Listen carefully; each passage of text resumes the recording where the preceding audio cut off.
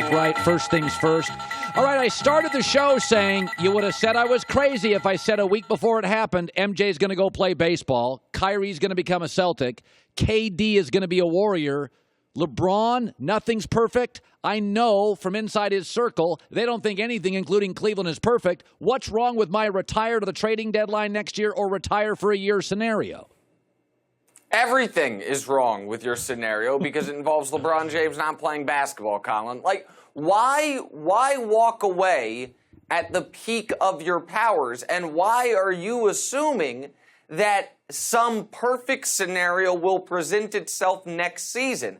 I think Philly is an outstanding scenario, and I can give you some reasons why in a bit if you're interested. All right. But I don't know that it will be a perfect scenario next year when more extensions have kicked in, when they maybe don't have the cap space. Like, and the idea that you could take the year off and pick up where you are athletically, I know MJ kind of did it, but MJ needed that half year that the NBA burnt the tapes of when he got bounced in round 2 by the Magic to get back to being MJ.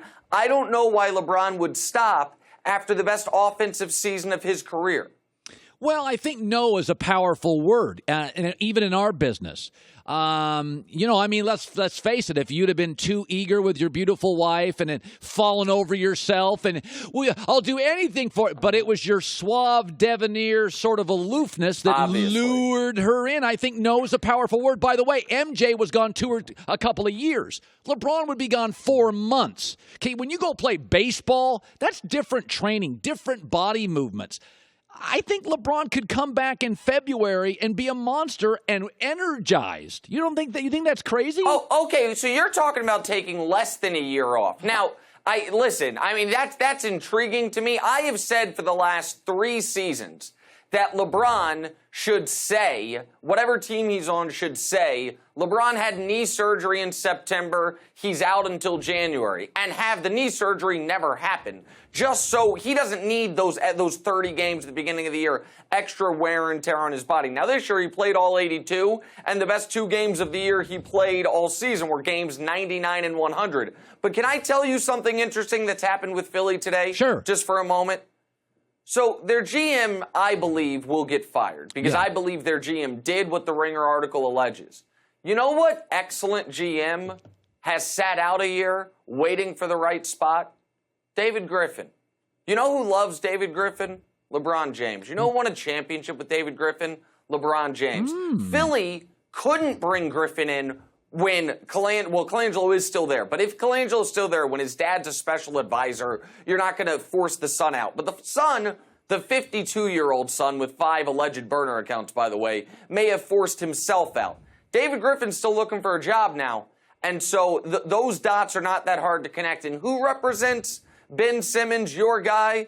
Oh, Rich Paul and Clutch Sports. And who represents LeBron? Oh, yeah, Rich Paul and Clutch Sports. I mean, we can connect those dots. That's pretty interesting. I knew there was a reason I brought you on this show. Okay, here we go. I'm going to shift to this. So Kevin Durant said yesterday, he started talking about, LeBron comparisons, which, by the way, I think are ridiculous, but you know what's going to happen here in 5 or 6 or 7 days. The Warriors crush the Cavs, and you and I are going to have to endure this absurd Kevin Durant's better than LeBron stuff. This morning, my staff and I put together what I believe the top 10 players of all time. We can argue about it, but I didn't have Durant in it. And my takeaway is, and not a lot of people leaving that list, like Shaq ain't leaving it, and Russell's not leaving it. Here's my top 10 players, and I don't want to spend any time arguing. I got Michael and LeBron and Kareem and Magic and Wilt and Bird and Duncan and Russell and Shaq and Kobe. I could be wrong, but I don't think Durant's in the next 5. Here's my thing. I never resented him going to the Warriors. Like I never resent a trust fund kid. But it does change things if you have struggles. Where do you kind of fall on Kevin Durant now going to Golden State? I could never put him over Kobe even if he won 5 rings because Kobe had to endure more crap when Shaq left before Gasol got there. Well, listen, could Durant one day surpass Kobe? Yeah, he maybe could, but did Durant make his path to the top of the pyramid harder by taking the easier path to a championship? Absolutely, unequivocally, yes.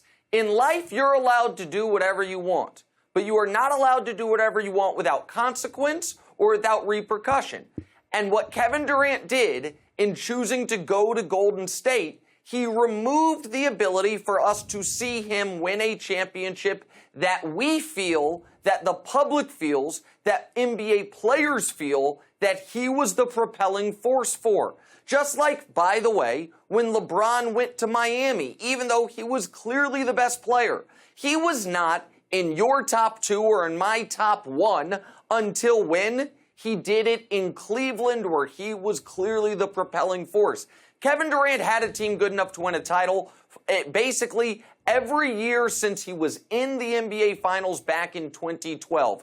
2 years were robbed by injury, his and Russ's. 1 year was robbed by a 3-1 choke job to the Warriors. 1 year was robbed when the San Antonio Spurs were just better. Any of those years they could have won the title. Had he stayed there, they could have won the title last year. When you leave that team to go join someone else's already championship minted, 73-win, 2-time MVP team, you get the easy title, but you kneecap yourself in climbing the pyramid. KD seems to want to have, to use the cliche, cake and to have his cake and eat it too. He seems to want to fast track the championship, but also, hey everybody, I'm better than LeBron. Hey everybody, I could do what LeBron did. Well, we'll never know that unless he leaves Golden State. We will never know if KD could do what LeBron did. That was his own doing. Finally, 90 seconds left. Andre Iguodala's hurt. Thank goodness. I mean, oh my God, 20 years from now, we're going to say, how did these gritty Warriors win without him? I cannot believe Kerr even brings that up as an excuse. Your thoughts? Okay. All right, I'll be as quick as I can here. First of all, and I heard Kerr say if Iggy wasn't hurt, we would have won in 5. The last thing Steve Kerr wants to do is run this series back with both teams fully healthy. That's first of all. You're right. Because, by the way, the Rockets didn't have their 5th best player, bad shooter, defensive stopper, Luke Richard Mbah-a-Moute. So they didn't have him essentially for the whole series because he was unplayable because of the shoulder. The Warriors didn't have Iggy. The Rockets also, didn't have their most important player in Chris Paul. But I want to talk about one of the biggest myths in sports. Andre Iguodala, LeBron James stopper. Let me just remind America this. Oh, Iggy, he won Finals MVP in 2015 for holding LeBron to 36, 13, and 9. Those were his averages. Andre Iguodala, he was so good in 2016 against LeBron. So good that LeBron put up back-to-back 41-point games, then a Game 7 triple-double to complete the greatest 3-game stretch in NBA history. But Iguodala last year was so good in minimizing LeBron in the finals. Oh, last year when LeBron went 34, 12, and 10 on 56% shooting for the finals. If you put those together in the NBA Finals with Andre Iguodala playing every single game, LeBron's averaging, let me do the math real quick. 35, 12, and 10. Zip it, everybody, that Andre Iguodala is some X factor and he slows down LeBron James. It's never been true. And if you can't handle not having your 5th best player, then we all need to rethink how good the Warriors are. They can handle not having Andre Iguodala. They're just going to have to deal with having 4 in-your-prime Hall of Famers. I can't handle the level of nonsense surrounding Andre Iguodala, and I like Andre Iguodala. Doesn't sound like it, but nonetheless. No, I like him. I don't like the narrative surrounding him. Okay, I like what he stands for. I think he's a good player. I just don't like the nonsense surrounding him. All right. We love having you on the show. Nick Wright, New York. First things first. You got me worked up. I know. See you, brother. You got I got the glasses from Joy. I got worked up Nick Wright. This is a perfect world for me right now. I'm very, very happy. Hi, everybody. Thanks for watching. Subscribe here to get the latest from the show. Also, be sure to check out more of the best clips from The Herd or go watch a few segments from other shows on FS1.